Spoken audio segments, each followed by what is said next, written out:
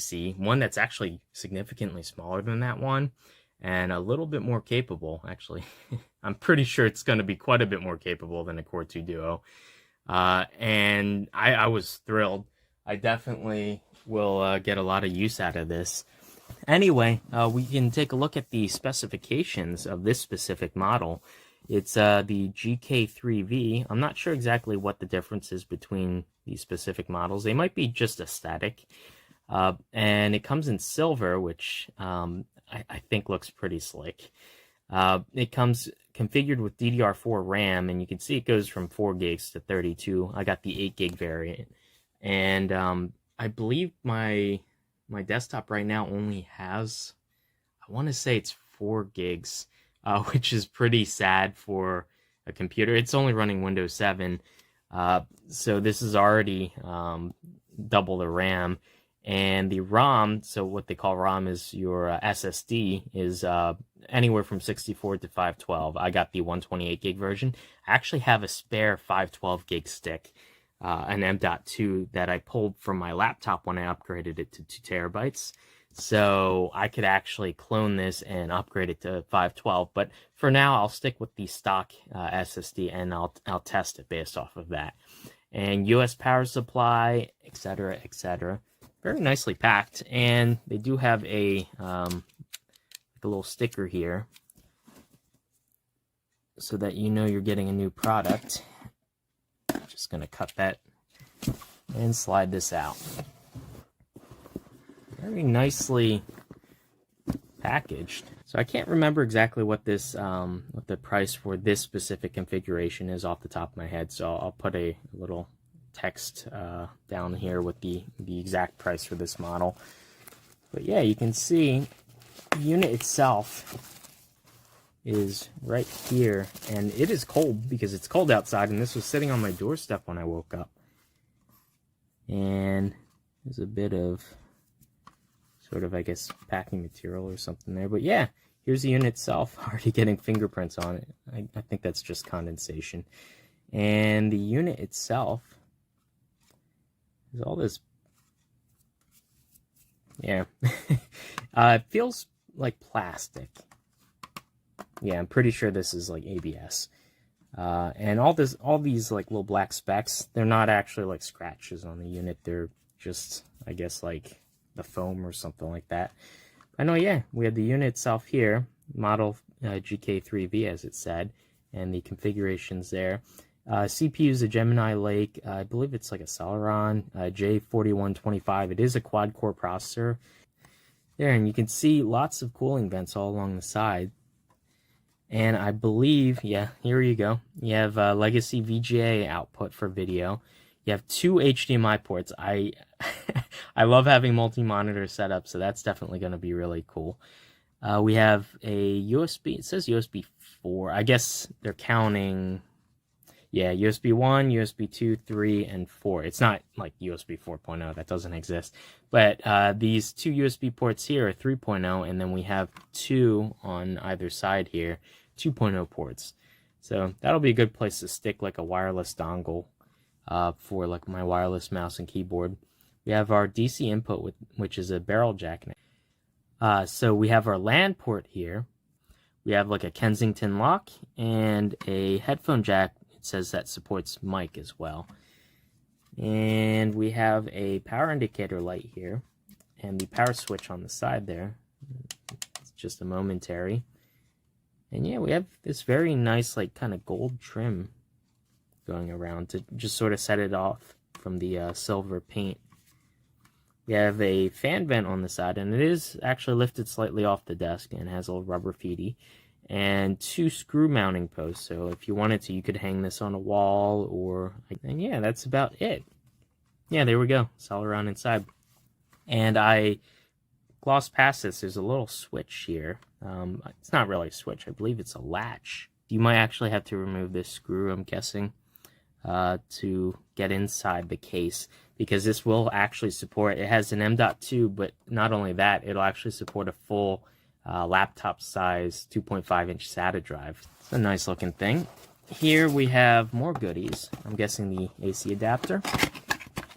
There you go. And surprisingly, it's actually one of these bricks. I would have figured it'd be like a laptop style brick with, you know, an AC cord on one end and the DC out on the other. But no, it's one of these like brick style AC adapters. Yeah, this guy, oh, it actually runs off 12 volts. That is awesome. So if you have like a solar panel set up or whatever, you could run this like straight off of like lead acid batteries. So that's really cool. Actually, that I'm more excited for that now. Because yeah, 12 volts at 2.5 amps. Yeah, that's what would it be, 24 and 6, so 30 watt. So 30 watts max. So yeah, the TDP on this has to be less than 30 watts. So that sort of fits in line. So let's see how long this cord is though.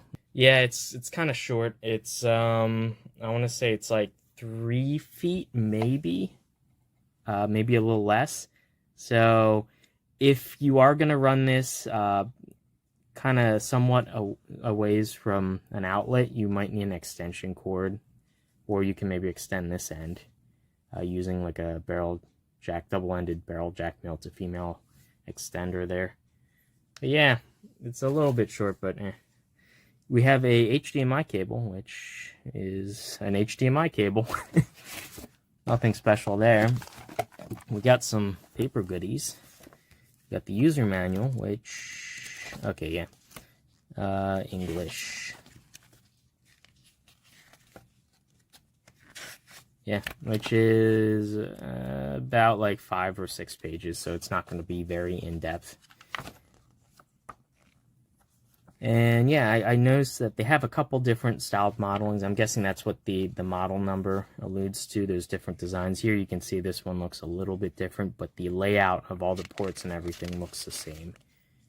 They have a kind of more boxier looking one, which is the AK2 series, and I have the GK3, and I guess the AK3 is the same. And this actually has a license for Windows 10 Pro. So that's definitely really nice to have. And as well, you can install, I mean, this is just a mini PC. You can install Linux on this. You can install kind of whatever else you want. If you wanted to downgrade this to like Windows 7 or whatever, I don't see any issues with doing that. I'm guessing this would be, oh, it actually, oh, it comes with the Visa mount. Yay! This is awesome. Okay, good. They actually thought about that. And it has, oh, that's so cool. Yeah, I was gonna say you could 3D print one, but yeah, you don't have to. They provide you with one, and it just sort of clips in there. There you go, and it snaps in, and you have this screwed to your monitor or your wall. That is awesome. Okay, it comes with the screws too. Definitely thought ahead on that. Okay, let's just take out this one screw, and I want to see how much space we have inside. Now this should, yeah, there you go. It's just spring loaded and it just pops right out. Has little catches on there. Yeah, this is ABS like I thought. It's just painted. So yeah, if you do scratch this, it looks like the original plastic is this black material. That's what all these little flecks are from. I guess it's from the molding.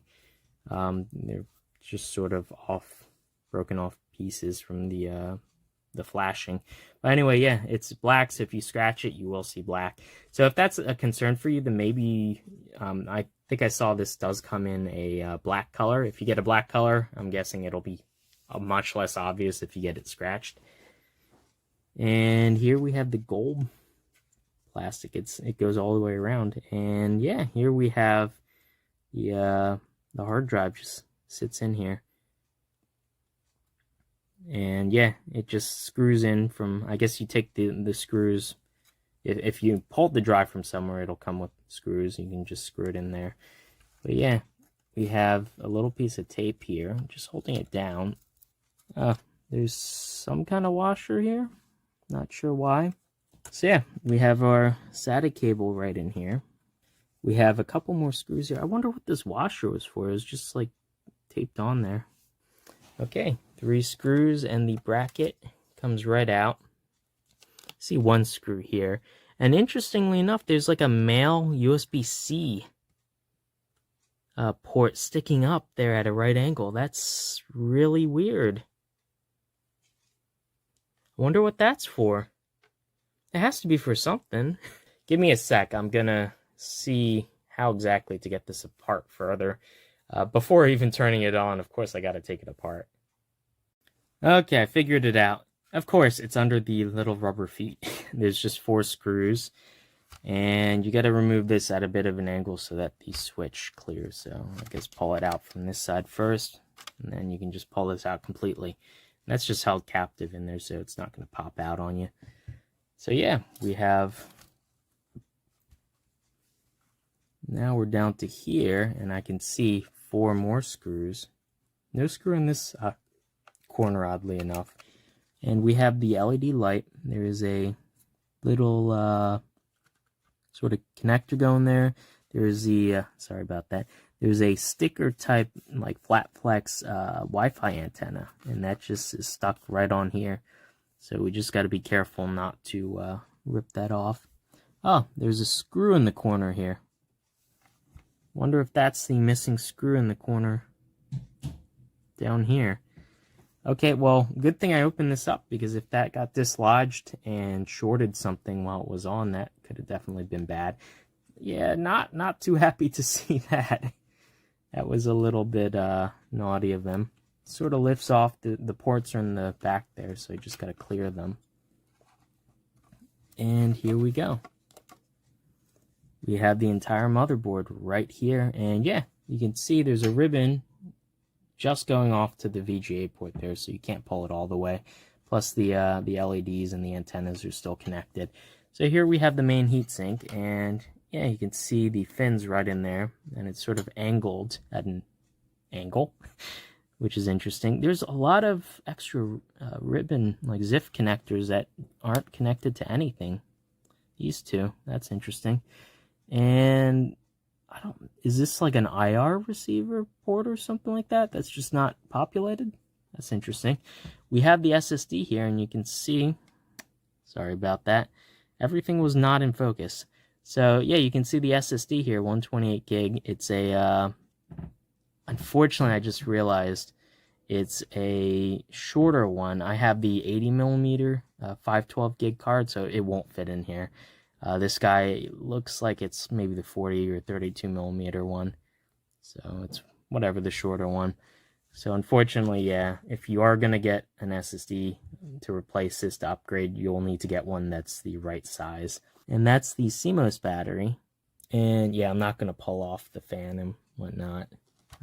It's just going to be the CPU. And there's an SD card slot, which is covered. Huh. There's an SD card slot that is covered. There's no hole cut into the case. This is obviously the power button. This is the BIOS, sorry about that. This is the BIOS flash chip.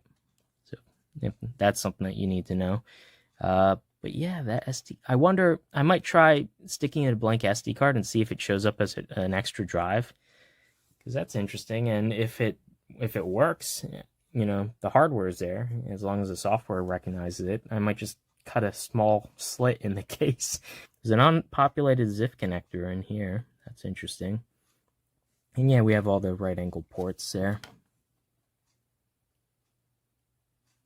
And it looks like the RAM is hard soldered. Oops, sorry about that. I can just about see one of the packages here. So it's hard soldered, which is kind of unfortunate. So no upgrading on that. And yeah, we have a right angle SATA connector. And the power is just coming from here, data, power, and that's what connects to this guy. This is why I like taking things apart, because sometimes they're like hidden features that you can kind of clearly tell they intended to possibly use, and they just never did, like that SD card slot. Anyway, I'll try that out later. I'm just going to get this together and give it a first boot.